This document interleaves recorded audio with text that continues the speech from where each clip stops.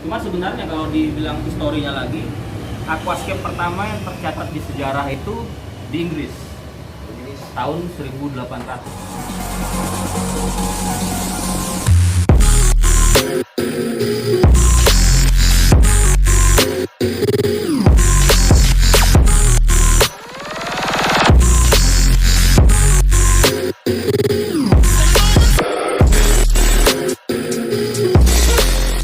Ini membahas yang konsep konsep dasar di sana kan aquascape itu tahun nanti makanya ada natural, biotop, aslinya dua bumi, dan style itu kan. bukan jangan ya dulu mah yang asli natur kan. Ya, jadi mungkin balik ke awal dulu ya. Banyak orang yang mislead ataupun sebenarnya salah paham sama istilah aquascape. Nah, kalau aquascape kan secara harfiah kita bisa terdiri dari dua kata ya, aquarium dan landscape. Jadi intinya akuarium yang didekorasi seperti landscape. Mau dia isinya batu doang, mau kayu doang, mau pakai tanaman, mau enggak, mau air asin, air laut, air payau, air tawar, itu bisa disebut sebagai aquascape sebenarnya. Cuman belakangan ini kan hobi akuarium ini makin banyak nih. Jadi orang nggak tahu kenapa di dunia hobi sama dunia bisnis itu istilah aquascape itu udah lebih bergeser tuh. Jadi khusus untuk akuarium yang diisi oleh tanaman air tawar. Aquascape. Jadi yang kayak punya Kang Edi semua nih disebutnya aquascape. Misalkan yang ini yang polosan nggak pakai tanaman dibilangnya biotop. Nggak ada tanamannya, padahal biotop ya aquascape juga. Dan biotop sendiri sebenarnya pun ada arti khususnya. Kayak biotop itu harus mereplikasi suatu habitat tertentu di kondisi geografi tertentu. Misalkan kita nyebut biotop Papua di sungai apa, harus seperti itu. Tanamannya yang ada di Papua harus ada di akuarium itu. Jadi nggak bisa tanaman yang ada di Papua tercampur dengan tanaman yang dari Afrika, dari Amerika, itu nggak bisa disebut biotop. Itu nggak bisa sebenarnya. Nah ini saya jadi beda itu. Apa bedanya jungle sama natur itu sebenarnya? Nah, kalau balik lagi kita ke akuarium tanaman air tawar nih. Style itu sebenarnya dari dulu itu hanya Dutch style. Nah, karena kan intinya tanaman air di akuarium itu adalah tanamannya. Jadi mereka memang sangat menonjolkan tanamannya. Jadi mereka bikin satu jenis tanaman itu berkelompok dengan warna yang sama, dengan tekstur kontur yang sama, bikin berkelompok. Mirip kayak taman bunga tulip di Belanda. Makanya disebut Dutch style. Dutch itu kan Belanda ya. Nah, itu dari tahun 1930-an ya. Itu udah banyak hobi, pokoknya semuanya Dutch style semua zaman dulu. Terus tahun 80-an itu almarhum Takashi Amano, ini fotografer tuh, suka keluar masuk hutan tropis di Amazon, Indonesia, Afrika. Dia ketemu lah sama tanaman-tanaman eksotis gitu. Kayak di Afrika ketemu nubia terus segala macem. Terus dia terinspirasi tuh dari foto-foto hutan tropis yang ada di garis khatulistiwa dunia ini, membuat sebuah style, namanya adalah natural style aquascape. Natural style. Sama satu lagi Iwagumi yang dia populerkan. Iwagumi itu sebenarnya adalah terinspirasi dari taman di Jepang. Di Jepang itu kalau misalkan punya kesempatan main ke sana, rata-rata taman di rumah-rumah itu dari susunan batu-batu, terus tanamannya kayak rumput aja, kayak karpet. Nah, inspirasi dari situ tuh bikin Iwagumi. Dia populerin dua itu mulai tahun 80-an lah sampai 90-an. Lahir saya. Lahir. Ada kan dulu lahir. Kan 80-an kan? Ya mana apa saya? Mana tahun? Berarti sebelum Jepang teh berarti apa sih di mana? Belum ada. Yang paling banyak orang main ya di Belanda. Eropa. Di Belanda. Cuma sebenarnya kalau dibilang historinya lagi, aquascape pertama yang tercatat di sejarah itu di Inggris tahun 1890-an lah. Jadi itu dulu orang naruh tanaman di dalam akuarium itu adalah untuk menghasilkan oksigen untuk ikannya. Jadi ada pameran di museum. Jadi ini ekosistem gitu ya. Iya, jadi taruh akuariumnya kalau nggak salah bentuknya segi 6, ada pancuran airnya di atas. Tapi mungkin oksigen untuk ikannya kurang, ditaruhlah tanaman karena mereka tahu tanaman itu menghasilkan oksigen. Itu yang tercatat pertama di sejarah orang Inggris. Oh, jadi pertama ada Tanaman di akuarium itu yang di situ. Oh, di Inggris. Yang tercatat di sejarah ya. Nah, balik lagi tadi setelah Amano, ternyata style itu bisa digabung-gabungkan. Ada orang yang gabungin antara Dutch sama Iwagumi, jadinya Brazilian style. Dipopulerkan sama teman-teman dari Brazil, ya kan? Ada lagi orang yang bikin stylenya diorama. Diorama tuh kayak model pegunungan ataupun kasih rumah-rumahan atau kayak pernah gua bikin ya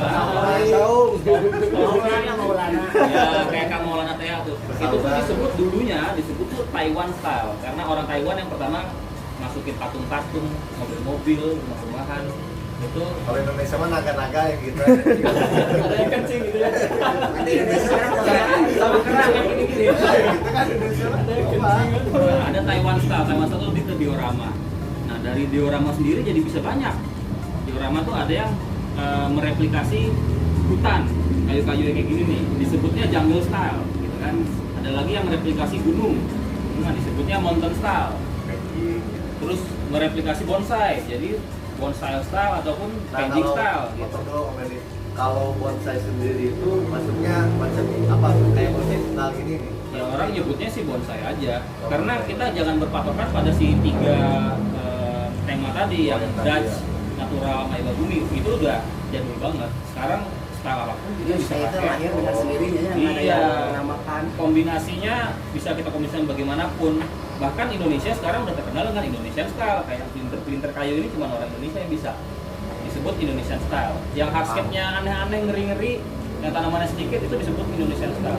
Bahkan scaper-scaper profesional itu yang udah punya ciri khas masing-masing, kayak Pak Hamsa, Mas Yoyo, terus Cak Heri Rasio, mereka udah punya style masing-masing. Rasio style, Hamsa style, ya kan? Yoyo style. Itu mereka udah punya ciri khas masing-masing. Jadi jangan berpatokan kepada tema yang udah ada. Jadi semakin aneh tema di aquascape kita, kalau kita ikut kontes itu pasti akan semakin eye catching kan. Ini beda nih, semakin tinggi tuh nilainya tuh. Kayak Kang Ran dulu suka ikut kontes, Yang nobros-nobros yang Yoi, kayunya keluar dari depan kaca gitu kan. di jemuran. Tapi kalau lihat kontes dulu di Wagub bisa juara, kalau sekarang gimana? Nah, Susah ya? Tapi waktu itu udah ada, belum ada juara ya. Belum ada ya? ada sih sebenarnya, tapi memang nggak banyak karena memang kontes itu kan ngikut tren, ngikut tren. Jadi tapi bukan tidak mungkin nanti tren di beberapa tahun lagi balik lagi ke zaman dulu. Balik lagi orang pakai Echinodorus gede-gede, pakai apa namanya Tiger Lotus, kan pasti bakal balik lagi, berputar aja. Kayak dulu kan Kang Ran bisa juara Iba Bumi gitu kan. Kita minta 30 cm kontes-kontes. Kalau sekarang kan susah gitu. Iya, karena tren itu. Jadi dan juri pun kan, makanya tiap kontes itu juri harus banyak karena tiap kepala juri itu memiliki referensi beda-beda, selera beda-beda gitu kan. Karena mungkin sekarang si Iba Bumi nggak lagi tren, ya kepala juri pun tidak menganggap Iba Bumi itu keren. Jadi makanya jarang ada yang bisa juara. Karena dengan ini kan Om Benny Maya sering lah jadi juri, makanya juri gitu. Jadi misalkan kita mau jadi peserta nih, jurinya siapa aja makanya. Nah, stylenya teh kayak Betul. Om Benny, Betul. stylenya di batu nih, Asal siapa gitu. aja yang batu nih gitu. Itu cara yang Jadi, pintar. Cara yang stylenya yang mana ya? Kalau nggak baca gini baca lagi. Sekarang lagi musim apa nih? Kita bikin yang beda, kadang-kadang gitu. Betul. Pertama ketahui selera jurinya. Walaupun jurinya bakal banyak, ya pintar-pintar kalian bagaimana bikin jurinya tertarik. Minimal satu juri 100 gitu kan. Iya, betul. Bisa aja gua juri, gua suka kasih nilai 90, Kang Ranar nggak suka kasih nilai 50, itu bisa terjadi. Tumpah sama ini nilai. Nah, terus yang kedua ya tadi kata Kang Ranar, apa yang lagi tren jangan bikin itu karena juri pasti tahu oh ini niru aquascape-nya rasio misalnya. Iya. Bikin yang berbeda.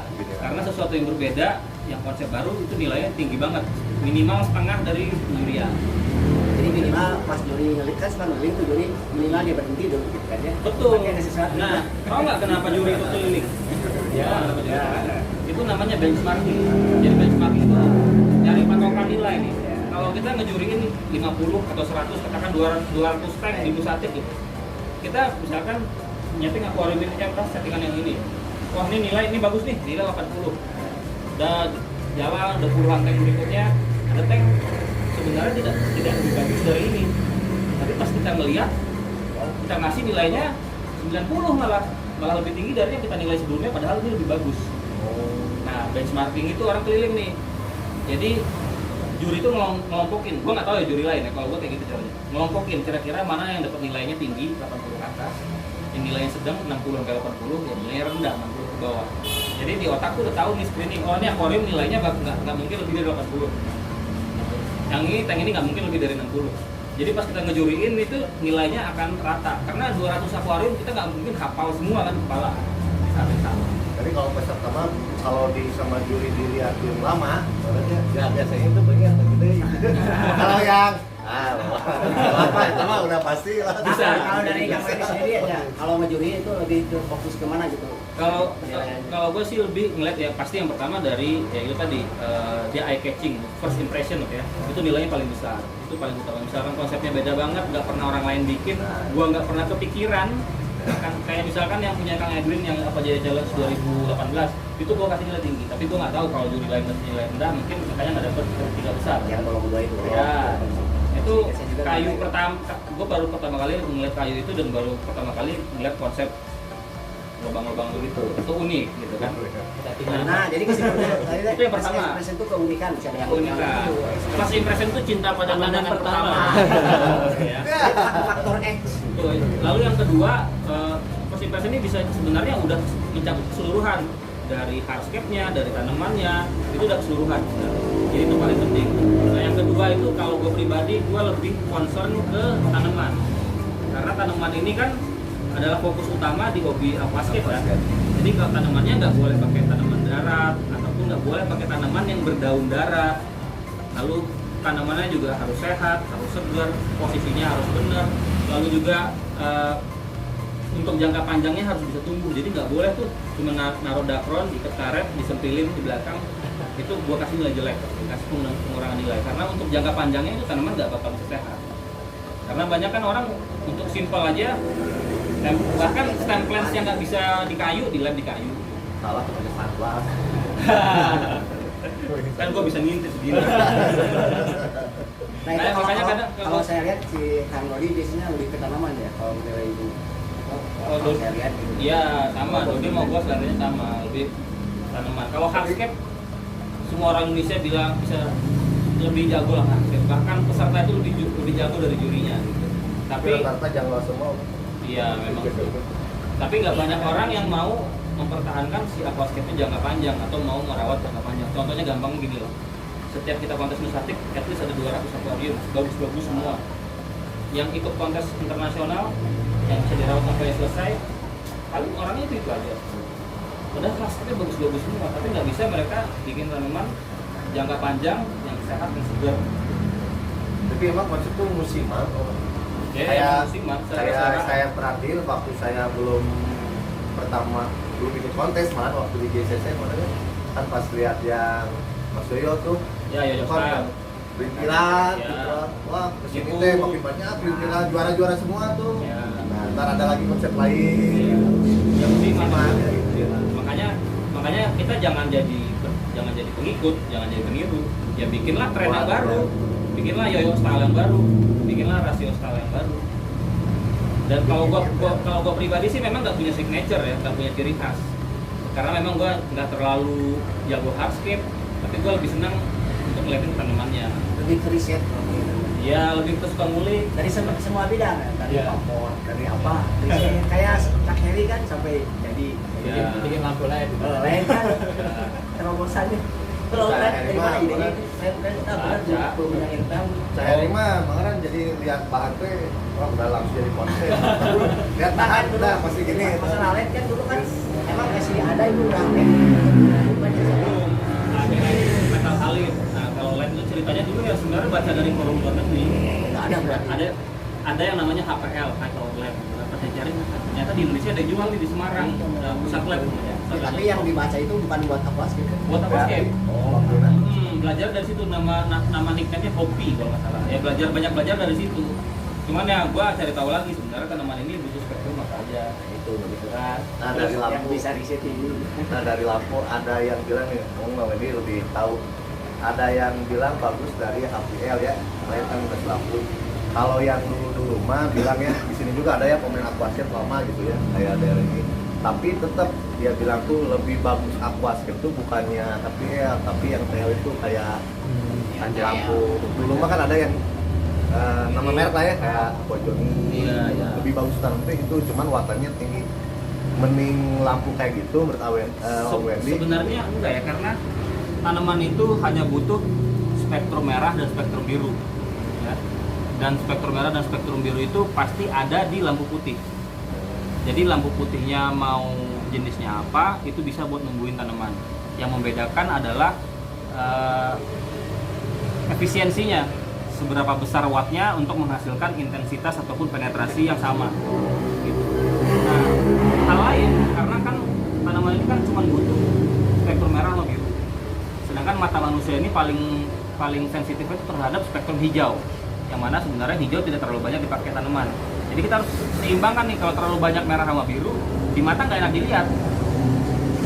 Kalau terlalu banyak hijau, tanamannya kurang enak, kurang bagus. Nah, lampu yang kayak TL dulu itu memang spektrum hijau itu tinggi, jadi di mata tuh enak dilihat.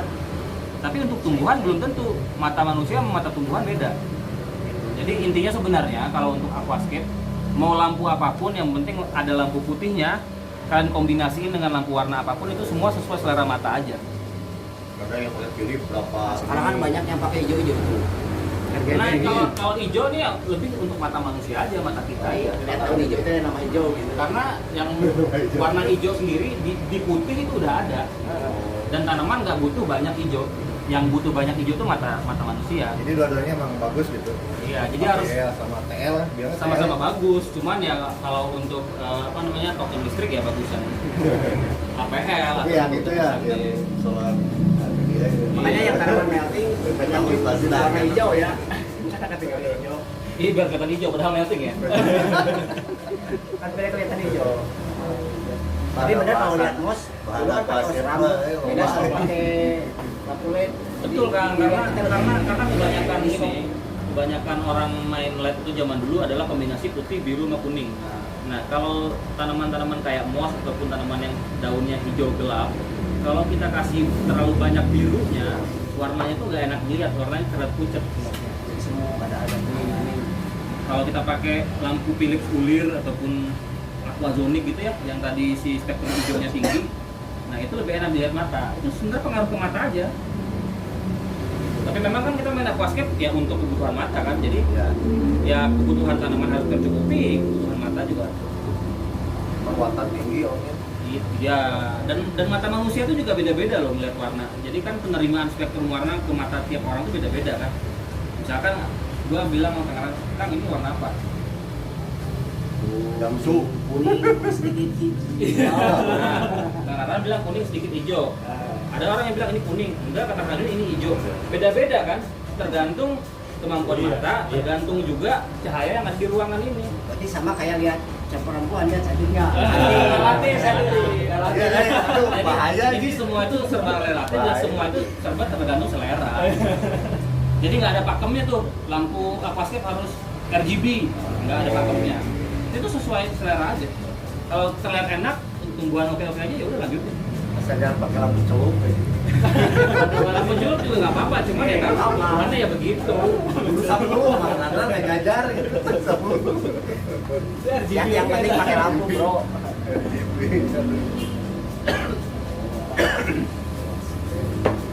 Jadi ada kabar nggak Om Ben? Kontes lagi kapan nih? Ya, Kemarin zaman sekarang mah susah lah, paling tahun depan. Paling kalau misalkan kontes, foto aja online, kontes kan. Tapi kalau foto kontes tuh kurang seru ya, kan ngumpul. Iya gitu. Jadi kangen meriuknya beneran ya. Terus kan ikutannya juga kan, cuma foto kan. Jadi Iya, kalau kontes itu kan sebenarnya intinya bukan ngejar-ngejar nyari juara, tapi Ya, gathering kan, ngumpul gitu, serius. ini kayak gini, saya jauh nih sengaja dalam sini. Ini Ran sama Arya udah lama nggak ketemu, tapi pas gua ada sini jadi ngumpul. Karena satu kota gitu kan, malah dikumpulin sama yang dari Jakarta. Ada ya. Tapi lo mesti mau dikasih tahu kayaknya pada kesini kan. Iya. Kita kasih tahu ya. Nah, next time lah, gua juga ntar lagi. Jadi buat teman-teman area Bandung dan sekitarnya, di motornya.